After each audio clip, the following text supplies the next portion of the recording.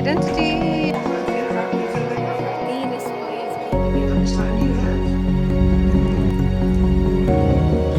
wonder if you could be a spy? Direct connections to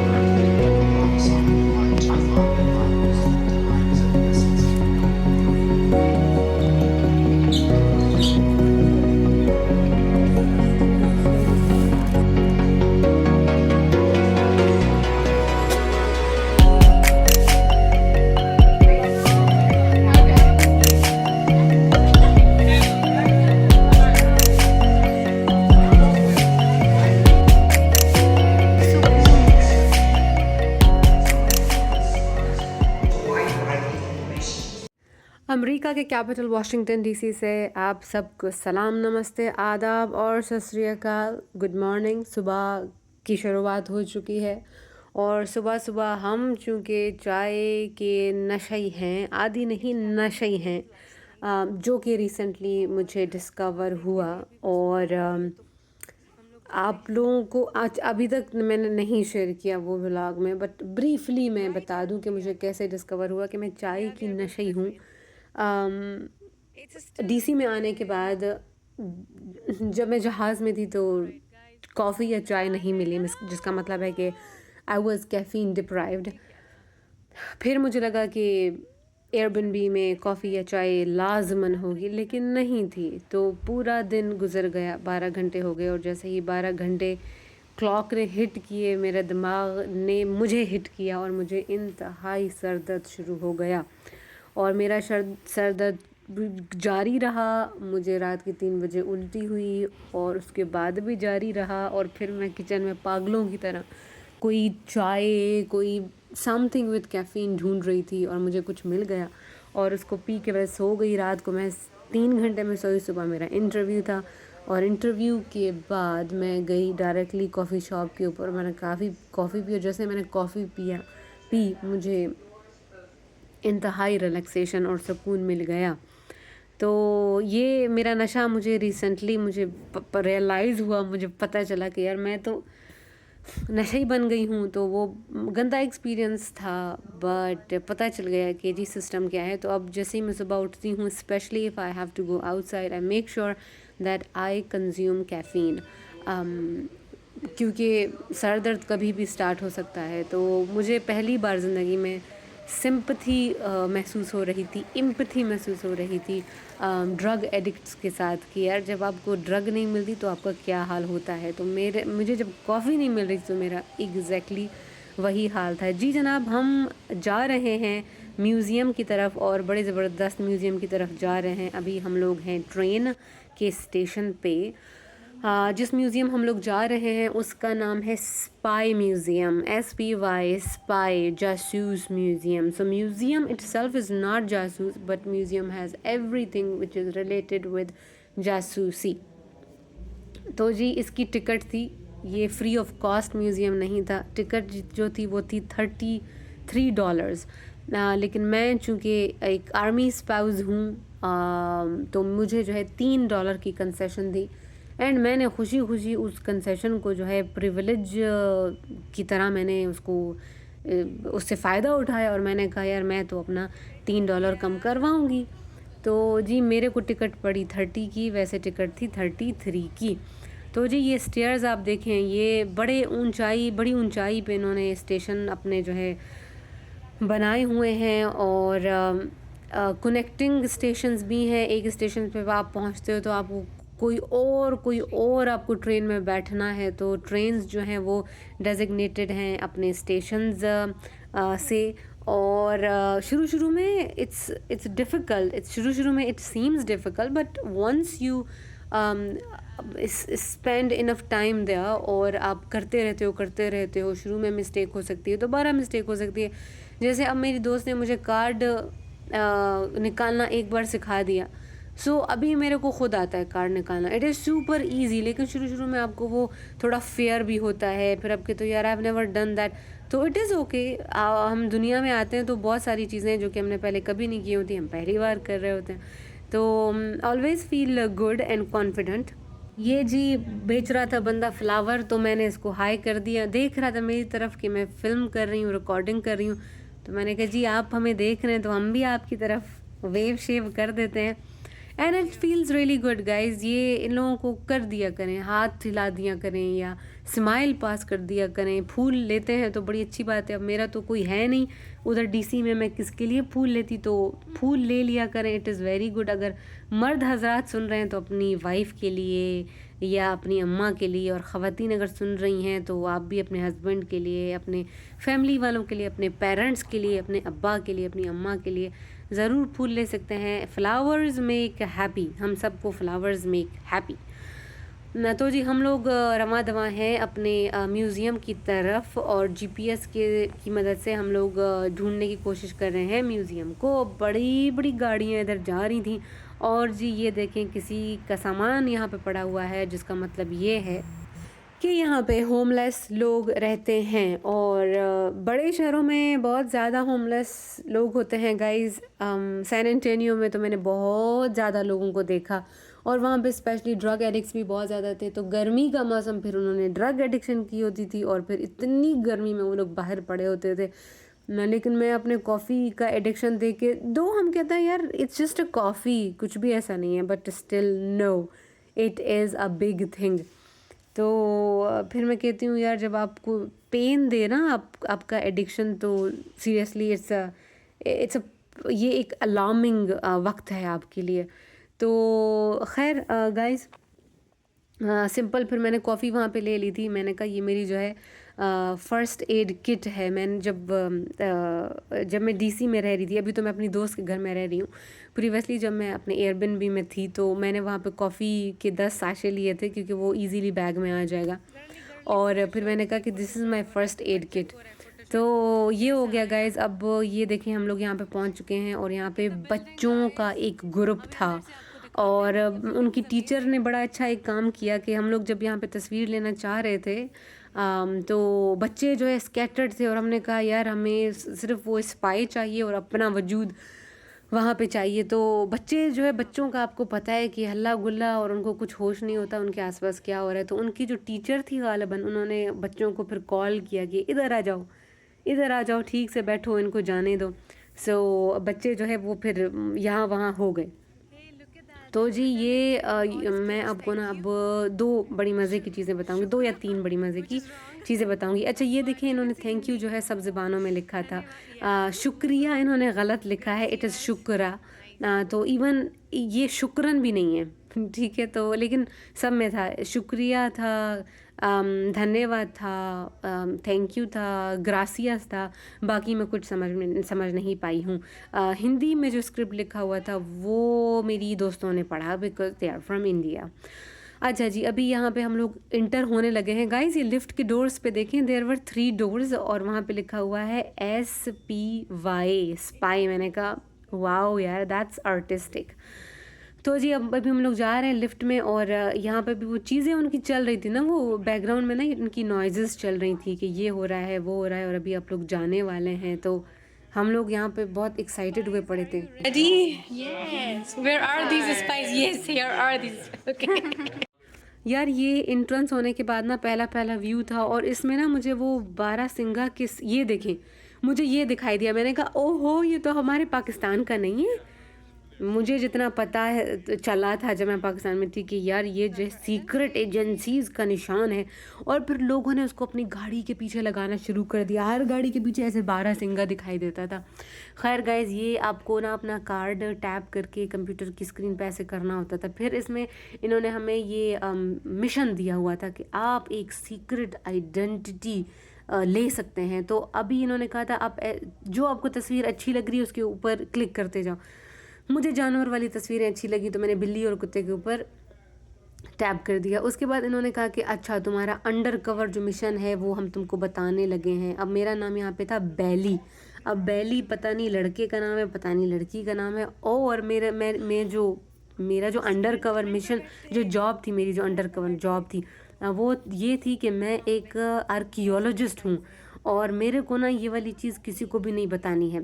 अब पहले हम museum में जाएं उससे पहले इन्होंने हमें एक फ़िल्म दिखाई।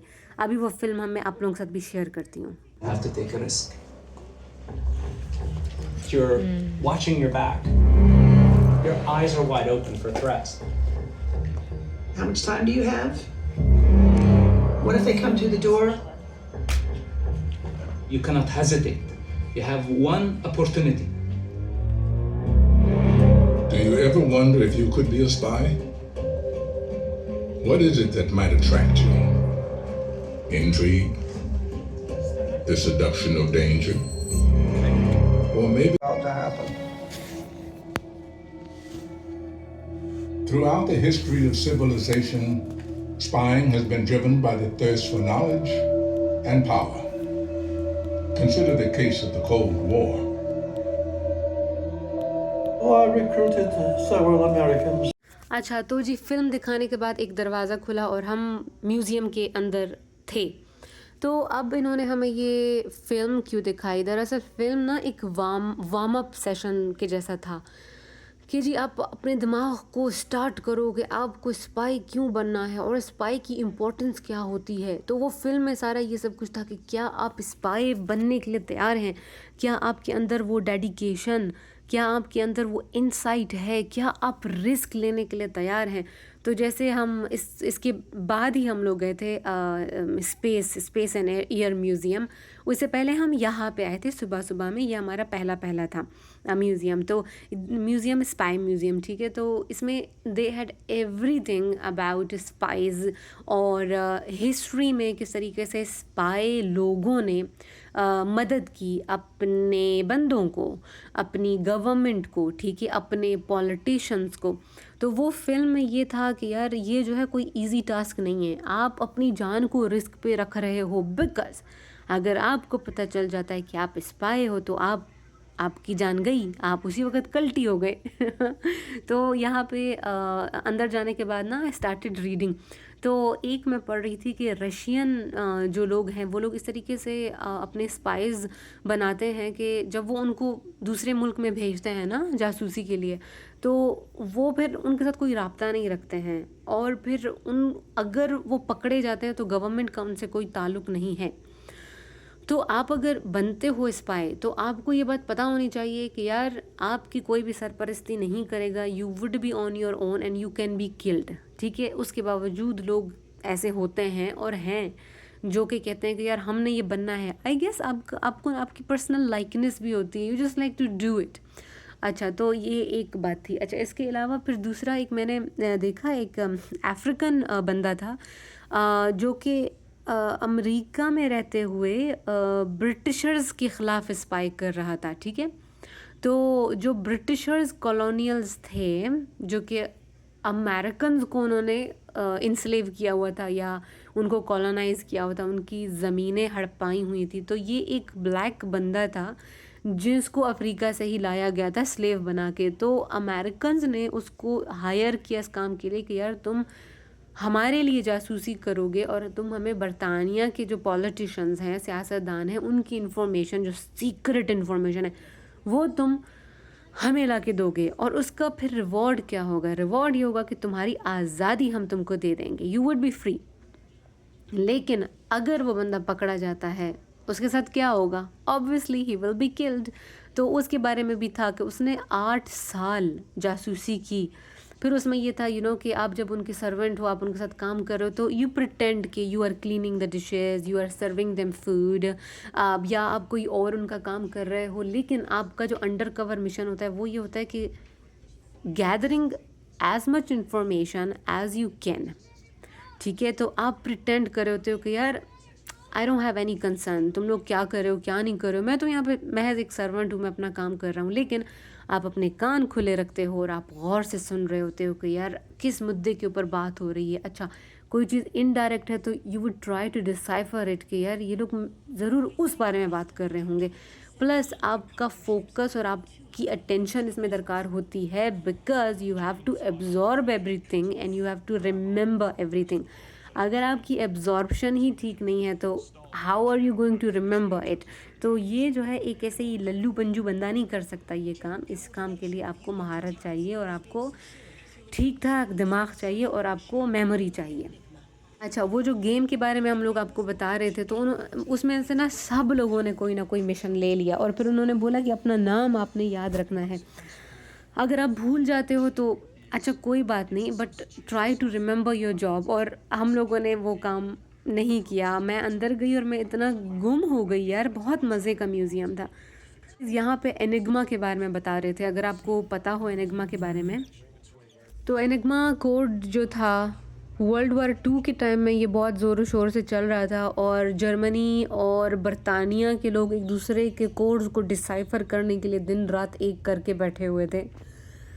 तो उस वक़्त इन्होंने ये कर दिया। फिर एनिग्मा में ऐसे टाइपिंग मशीन होती है जिसके नीचे जो है you have more than 1 keys, so you have each letter has 3 hidden keys. तो उस तरीके से आप लिखते कुछ और हो लेकिन कोड कुछ और बन के आ जाता है। यार it was my first time, मुझे कुछ समझ में नहीं आया इतना ख़ास, थोड़ा बहुत जो समझ आया मैं आप लोगों को बता रही हूँ। But it was cool stuff, क्योंकि वो लोग एक तरफ से समझा रहे थे और दूसरी तरफ से वो फिल्म चल रही थी। ये बहुत बेस्ट बात होती है म्यूज़ियम्स की। और उन्होंने वो मशीन भी रखी हुई थी, वो टाइपिंग मशीन जिससे ये लोग ये सारा काम करते थे। फिर गाइज़ ये देखें, ये इस तरह की भी इन्होंने यहाँ पे चीज़ें रखी हुई थी और मेरे अंदर कोई वो नहीं था कि मैं इनको पढूं। इतनी इन्फॉर्मेशन होती है कि एक दिन पूरा भी काफ़ी नहीं होता म्यूज़ियम के लिए। तो मैंने कहा यार जो चीज़ मुझे अच्छी लगेगी मैं वो ही वाली चीज़ करूँगी। तो अच्छा, यहाँ पे एक लड़की के बारे में था। लड़की जो है जासूस थी और वो किताबों एक बेल्ट अपनी कमर के आसपास बांधे रखती थी, ठीक है। और वो प्रिटेंड करती थी कि हाँ ये तो मेरी किताबों का बेल्ट है और इससे मैं किताबों को सपोर्ट देती हूँ। लेकिन उस बेल्ट के अंदर जो है उसके टूल्स होते थे, जासूसी के टूल्स होते थे। मैंने कहा चलो यार ये भी अच्छा हो गया। तो वो हिस्ट्री से ना सारा कुछ बता रहे थे कि डिफरेंट स्पाइस किस तरीके से अपना काम सर अंजाम देते थे। तो अब देखो, आपने अपनी जहानत भी लगानी होती है। आपको बोला जाता है कि यार ये तुम्हारा अंडर कवर मिशन है, तो बंदा कहता है अच्छा मैं अभी इसको पॉसिबल कैसे करूँगा। जान आपकी मुकम्मल तौर पे रिस्क पे होती है, लेकिन आप कहते हो कि यार पैसे बहुत आ जाएंगे, तो फिर आप करते हो and you like doing it. It has to be in your blood, otherwise कोई डरपोक सा बंदा तो इसको नहीं कर पाएगा ना। तो बहुत मज़ा आया यार इस म्यूज़ियम में जाके। वॉर्स, रशियन वॉर, हमारे पाकिस्तान की वॉर, अमेरिका की war, world war 1, world war 2, Soviet Union, civil war, इतनी इन्फॉर्मेशन थी यहाँ पे। It was a huge museum. अच्छा, यहाँ पे ना एक शोकेस सा बना हुआ था, वो आगे आएगा, आप देखोगे उसको। यार उस शोकेस पे ना इन्होंने इतनी मज़े की चीज़ें रखी हुई थी। उन्होंने मेरे ख्याल से 10 आइटम्स थे मेरे ख्याल से। तो उसमें एक छुरी थी। वो छुरी के बारे में पढ़ के ना मुझे सारा इंटरेस्ट बहुत ज़्यादा इसमें डेवलप हो गया। अच्छा, छुरी जो थी वो डबल एजड छुरी थी, ठीक है। एक चाकू टाइप था और उसकी जो टिप थी वो भी तेज़ थी और उसके जो दोनों साइड्स थे वो भी तेज़ थे। तो उसमें था कि यार ये जो है एक स्पेशल छुरी बनाई गई है और ये गोरिल्ला वॉर के टाइम के लिए बनाई गई है। और ज़ाहिर बात है वर्ल्ड वार 2, वर्ल्ड वार 1 हो गया, तो उसका ये होता है कि ये छुरी बड़ी तेज़ होती है और आप जब इसको घोंपते हो अपने दुश्मन के बॉडी में तो ये बहुत ज़्यादा तेज़ है। और ये दोनों तरफ से जो आपके जो ख़ास आपकी जो रगें होती हैं, आपके जो ऑर्गन्स हो गए, दिल हो गया, फेफड़ा हो गया, दोनों तरफ से ना उनको वो काट के निकलती है। तो ये छुरी जो है स्पेशली इसको वॉर के टाइम के लिए बनाया गया था और वो छोटी सी थी, वो आपके जूते में भी आ जाती है। अच्छा, एक तो ये बात थी। इसके अलावा मैंने देखा एक सिगरेट का केस, ठीक है। अब वो बिल्कुल दिख रहा था कि यार इसके ये सिगरेट का डब्बा है और उसके अंदर सिगरेट है, बट वो सिगरेट नहीं था, वो एक पिस्टल था।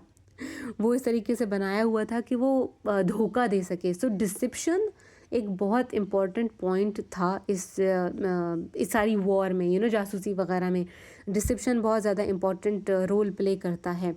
अच्छा, ये अभी जो आप चीज़ देख रहे हो यहाँ पे हमारे पाकिस्तान में जो इन्होंने मिशन किया था ये उसके बारे में था कि जब पाकिस्तान में उसामा बिन लादेन को इन्होंने मारना था तो इन्होंने प्लानिंग किस तरीके से की और इन्होंने किस तरीके से मेक श्योर किया कि इनकी जासूसी ठीक तरीके से हो सके। तो आप लोगों को पता होगा कि खैबर पख्तूनख्वा में इसको उसामा बिन लादेन को इन्होंने मारा था। हाँ, तो उसके बारे में लोग बता रहे हैं कि हम लोगों ने अपनी जासूसी की, हम लोगों ने अपनी इंफॉर्मेशन ली और इनडायरेक्टली हम लोगों ने इंफॉर्मेशन ली बिकॉज़ हम ये नहीं चाहते थे बताना कि यूएसए डायरेक्टली इन्वॉल्व है इस सारे स्पाई के मिशन में। तो अभी इन्होंने यहाँ पे ना इन्होंने हमें रेड टीम इन्होंने हम लोगों को बना दिया और इन्होंने कहा कि अभी आप लोग हमारे साथ ये मिशन करोगे, जासूसी का मिशन करोगे कि हम आपको ना एक घर दिखाएंगे और आपने उस घर को देख के बताना है कि यहाँ पे क्या कोई आम आदमी रह रहा है या यहाँ पे कोई ऐसा बंदा रह रहा है जिसका कोई सीक्रेट किस्म का बंदा रह रहा है जो अपनी आइडेंटिटी को छुपाना चाहता है। तो इसके आसपास सारे लोग बैठ गए थे और हम लोग जो है रेड टीम बन गए थे। अच्छा, फिर आप क्या करते हो कि वो आपको बंदा जो है वो बताएगा चीज़ें। तो ये इसके 5-6 स्टेप्स थे और इसमें ये था कि यार घर में वो कौन कौन सी चीज़ें हैं जिसकी मदद से आपको ये पता चल सकता है कि यहाँ पे कोई नॉर्मल ऑर्डिनरी बंदा रह रहा है या यहाँ पे कोई ऐसा बंदा रह रहा है जो अपनी आइडेंटिटी को हाइड करना चाहता है। तो हम लोगों ने दीवारों से शुरू किया कि दीवारों की जो लंबाई होती है वो एवरेज कितनी होती है, लेकिन अगर दीवार की लंबाई थोड़ी ज़्यादा है तो फिर आपको उस घर के ऊपर शक होना चाहिए कि यार समथिंग इज़ फिशी। पहले तो बात दीवार आ गई, ठीक है, उसकी लंबाई। इसके बाद एक और बहुत इम्पॉर्टेंट चीज़ आ गई और वो ये थी कि वो जो आप जाल लगाते हो, दीवार के ऊपर जो जाल लगाते हो, नेक्स्ट वो चीज़ आ गई थी कि जो आम घर के बंदे होते हैं वो लोग जाल नहीं लगाते हैं, लेकिन जब आप जाल लगाते हो घर के ऊपर तो इसका मतलब होता है यार वो जो वायर नहीं होती है स्टील की वायर, आप लोगों ने अक्सर देखी होगी। अगर आप वो स्टील वाली वायर लगाते हो तो इसका मतलब है कि something is happening in this house. तो वो भी एक बड़ी निशानी होती है। अच्छा, फिर हम लोग आगे गए। आगे जाके ये था कि डायरेक्ट जब आप गेट भी उन्होंने सिंपल सा बनाया हुआ था, बड़ा सारा ब्लैक सा। तो गेट ऐसा नहीं था कि आप उससे सी थ्रू कर सकते हो। मतलब कुछ गेट ऐसे होते हैं जिसमें थोड़ी बहुत स्पेस होती है, लेकिन वो गेट आपको इस तरीके से उन्होंने एनिमेशन में दिखाया था कि उसमें कोई भी स्पेस नहीं थी। It was all covered with metal. अच्छा, गेट के बाद फिर हम लोगों ने कहा अच्छा चलो अभी अंदर चले। जब हम गेट के अंदर इंटर हो गए, अच्छा इट्स ऑल एनिमेटेड, ठीक है। और हम लोगों को ना ऐसे ही वो लोग कह रहे थे कि तुम लोग अभी इमेजिन करो। अच्छा, जब हम गेट से अंदर आ गए तो घर शुरू नहीं हो रहा, एक लंबी सी गैलरी टाइप जगह है, ठीक है, एक छोटी सी गली टाइप है, but it is inside the house. तो और वहाँ पे भी कोई भी बंदा नहीं है। तो अच्छा, ये भी फिर एक इंडिकेशन थी कि यार यहाँ पे कोई ऐसा बंदा रह रहा है जो अपनी आइडेंटिटी को रिवील नहीं कराना चाहता। अच्छा, फिर आप और अंदर चले जाते हो, ठीक है। फिर आपको जो है जो विंडोज़ हैं वो विंडोज़ आपको ऐसी दिखाई देती हैं कि आप उनके अंदर नहीं देख सकते हो और कोई बाहर नहीं देख सकता, इट्स ऑल सील्ड। अच्छा, तो ये सब कुछ देखने के बाद जो आखिरी चीज़ थी वो ये थी कि जो गार्बेज है उसको जलाया जाता है, उसको फेंका नहीं जाता। तो कोई गार्बेज को अपने क्यों जलाएगा? गार्बेज जलाने का मतलब ये है कि आप किसी को ये नहीं बताना चाहते हो कि व्हाट्स योर डीएनए, आप क्या चीज़ें इस्तेमाल कर रहे हो, आप क्या खाना खा रहे हो। आपके डस्टबिन में बहुत सारी इंपॉर्टेंट इन्फॉर्मेशन हो सकती है। सबसे ज़्यादा जो इम्पॉर्टेंट इन्फॉर्मेशन है वो है आपका डीएनए। तो आपने कोई ऐसा सेब खा लिया, सेब पे आपका सलाइवा है, या आपने अपने बाल फेंक दिए, आपने कंघी की, अपने बाल फेंक दिए, उसमें आपका डीएनए है। तो इस तरह की चीज़ों से बचने के लिए आप अपने गार्बेज को डिस्पोज ऑफ कर देते हो। तो आपका किसी से राब्ता नहीं है, एक ही बंदा है जो कि उसी जगह पे घूम रहा है सहन वगैरह में, वो कोई ना बाहर से आ रहा है ना वो कहीं जा रहा है। तो उन्होंने कहा कि इस तरीके से आपको ये पता चलेगा कि आप जिस जगह पे अटैक करने जा रहे हो वहाँ पे एक आम शहरी रह रहा है या कोई ख़ास बंदा रह रहा है। तो हम लोगों ने वो मिशन किया जी, बड़ा अच्छा लगा। और यहाँ पे फर्दर असैसिनेशन के बारे में बातें थी कि आपको कैसे रिस्क लेना पड़ता है। और आपको एक यहाँ पे ना एक बंदे को यहाँ पे असैसिनेट किया गया था, उसको यार वो जो नहीं होता बर्फ़ में जो इस्तेमाल आप करते हो हथौड़ा, उस हथौड़े से उस बंदे को मारा गया था और उस बंदे ने बोला कि अभी मैं नहीं बचूंगा। तो वो न्यूज़पेपर वगैरह की ना उन्होंने तस्वीरें वहाँ पे लगाई हुई थी। अच्छा, इसके अलावा कैमोफ्लेजिंग के ऊपर उन्होंने बड़ी सारी बातें की थी कि जब आप कपड़ों की मदद से कैसे अपनी आइडेंटिटी को हाइड कर सकते हो। सी, जासूसी is all about dissipation and it's all about covering up your identity, it's about lying all the time और उसको सही रिदम के साथ झूठ को बोलते जाना कि सारे झूठ एक दूसरे के साथ कोऑर्डिनेट कर रहे हों। ये बंदा अगर कोई ये काम अगर कोई कर सकता है तो वो जो है एक अच्छा एक आइडियल जासूस बन सकता है। एंड इस तरह की चीज़ें जो हैं आपकी मेंटल और इमोशनल एनर्जी को कंज्यूम करती हैं। So it is a difficult task, anybody can not be a जासूस। अच्छा, मैं आपको कपड़ों के बारे में बता रही थी कि कपड़ों की कितनी इंपॉर्टेंस होती है। ये जो जंगों में भी जो आर्मी के बंदे होते हैं, हाँ, या जो फाइटर्स होते हैं, आपने देखा होगा कि वो ना जंगल के साथ कैमोफ्लेज होने की कोशिश करते हैं। वो इस तरीके से अपने कपड़े बना लेते हैं कि वो ग्रीन और स्किन कलर दरख्तों के साथ मुशाहबत रखने के लिए। तो आप लोगों ने इस वीडियो के पहले एक बंदा देखा होगा, काले रंग के कपड़ों में एक बंदा इन्होंने शोकेस के अंदर बिठा के रखा हुआ था। वहाँ पे इन्होंने ये लिखा हुआ था कि जी रात के टाइम अपनी आइडेंटिटी को हाइड करने के लिए एक जासूस काले रंग के कपड़े पहनेगा। अगर वो बंदा जंगल में है तो फिर वो स्किन और ग्रीन कलर का जो आर्मी का यूनिफॉर्म होता है वैसा पहनेगा। अगर वो स्नो में है तो वाइट कलर का पहनेगा। और अगर दिन के टाइम वो जासूसी करे तो वो जो सनशाइन का कलर है वो वाला कलर पहनेगा।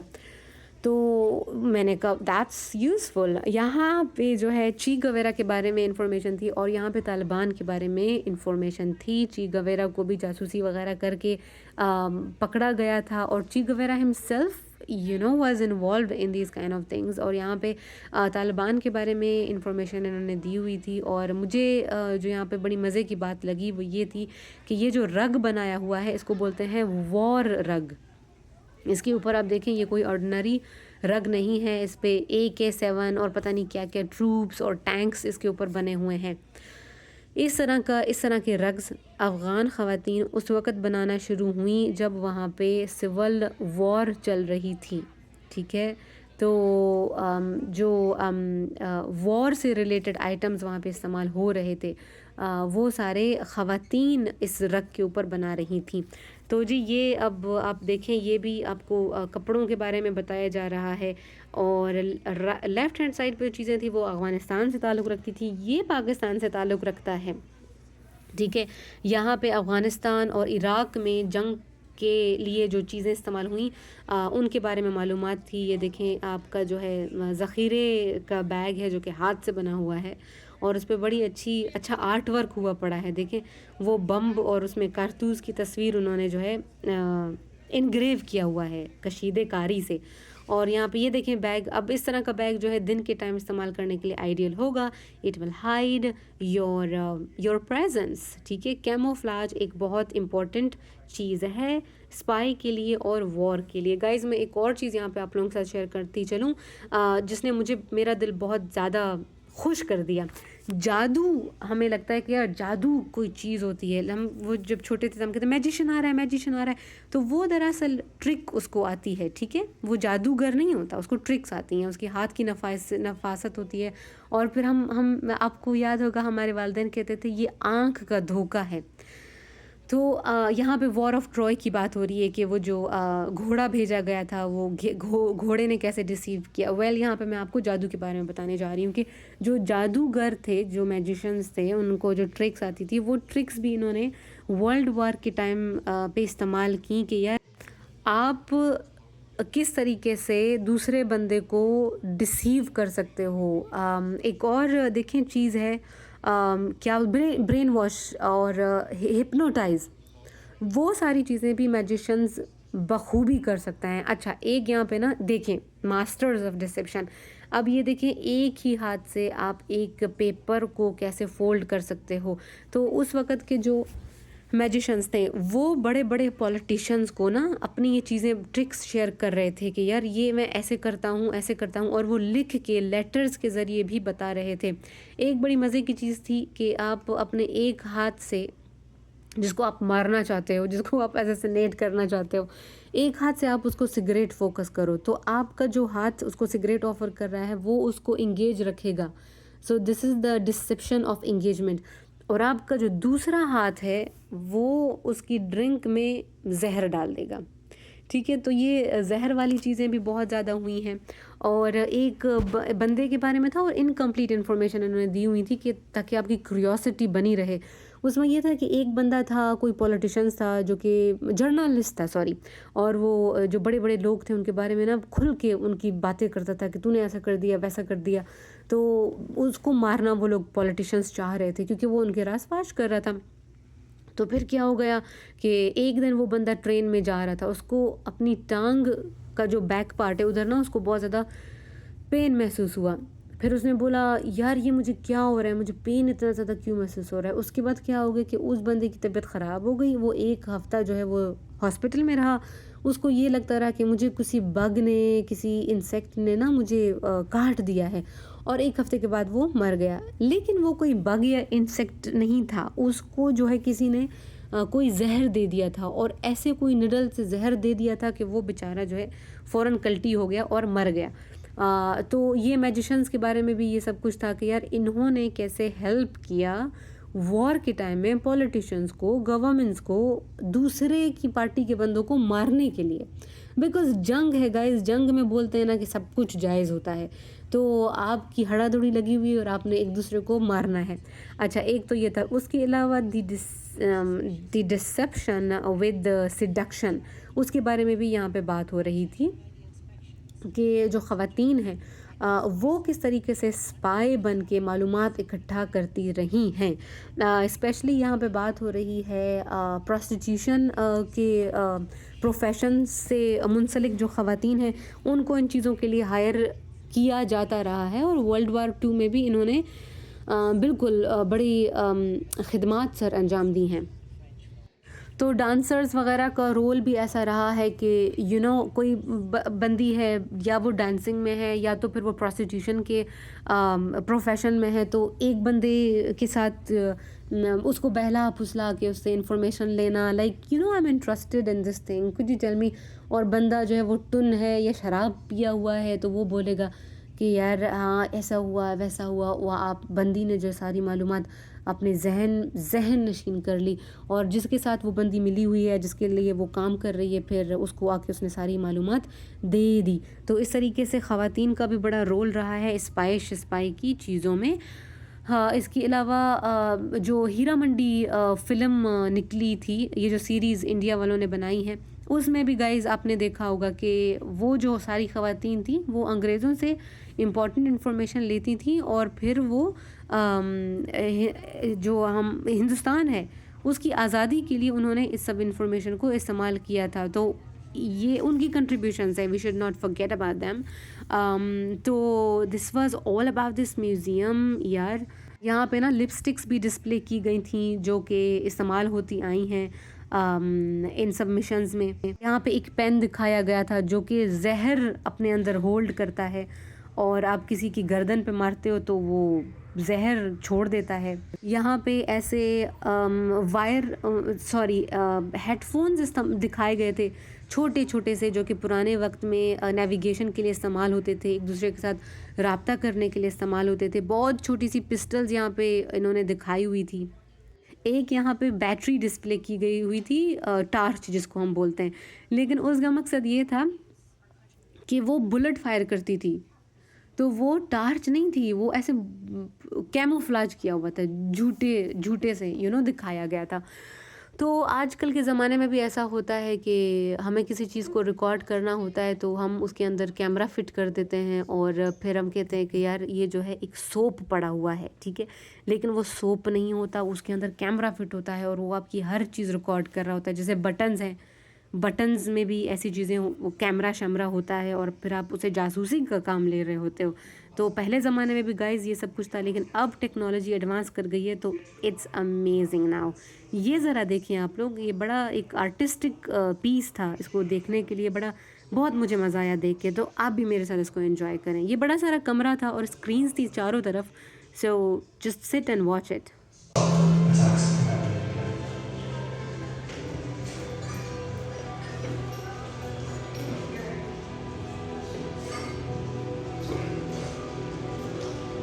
Big spy agencies in the Cold War were in the business of psychological warfare, messing with human minds, covert action, and sabotage, messing with machines.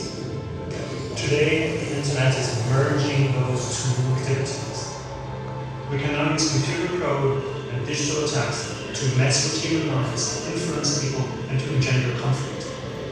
We can also use computer code to mess with machines, to break things, for example, production processes, or even the electricity. What makes this so dangerous is the risk of escalation. तो जी यहाँ पर ये बता रहे हैं कि जो advancement है टेक्नोलॉजी की उसने इंसानियत को कैसे कैसे हेल्प किया है कि वो साइबर सिक्योरिटी की मदद से टेक्नोलॉजी की मदद से एडवांस करे। तो अभी इसमें ये था कि एक तो देखें टेक्नोलॉजी की मदद से हमारा कम्युनिकेशन और हमारा जंग करने के तरीके सब एडवांस हो गए हैं, अच्छे हो गए हैं, लेकिन जो डिजिटल टेक्नोलॉजी है वो अपने साथ थ्रेट्स भी लाई है। थ्रेट है आपका साइबर सिक्योरिटी। तो हैकर्स हैं, वो आपका सिस्टम हैक कर लेते हैं तो आपकी तमाम की तमाम जो मालूमात है वो उनके पास चली जाती है। तो वन साइडेड नहीं है, आपकी टेक्नोलॉजी है बट आपको ख़तरात भी लाहक हैं। गाइज़ ये सब देखने के बाद ना मुझे क्या वो था अलादीन 40 चोर, मुझे वो याद आ गया। आपने देखा उसमें भी टोटल जासूसी थी। जासूसी का एक काम होता है कि आप कान लगा के सुनते हो और आप हर चीज़ हर ऑब्जेक्ट को ऑब्ज़र्व करते हो। तो एक तो देखें उसमें अलादीन 40 चोर, यार अलादीन नहीं है कुछ और है, प्लीज़ कमेंट्स में बताना वो क्या है। 40 चोर मुझे जिससे याद है, एक तो उसमें ये था कि वो जो मेन कैरेक्टर होता है वो किसी और ग्रुप को उस गार के सामने देखता है जो कहते हैं खुल जा सिम सिम, फिर वो उसके अंदर जाता है, हीरे जवाहरात लाता है। उफ I really want to watch that movie today. वो बंदा आ जाता है वहाँ से, फिर वो अपने भाई से तराजू मंगवाता है और फिर वो लोग कहते हैं कि इन भूखे नंगों के पास क्या आ गया कि ये लोग तराजू मांग रहे हैं। फिर वो आई थिंक आटे का टुकड़ा पता नहीं क्या उसकी जो भाभी होती है वो नीचे चिपका देती है और फिर उसमें एक सोने की अशरफी होती है। फिर वो कहती है अपने भाई को ज़रा देखो, जासूसी उसकी करो कि वो कहाँ जा रहा है, उसके पास इतना सोना कहाँ से आया। सो गाइस नीचे प्लीज़ आप अपनी ऑब्जर्वेशन भी लिखिएगा कि आपको कौन सी मूवी आपकी फेवरेट है जो कि जासूसी के टॉपिक के साथ डील करती है। I just mentioned mine, so that was the end of spy museum. I hope you liked it.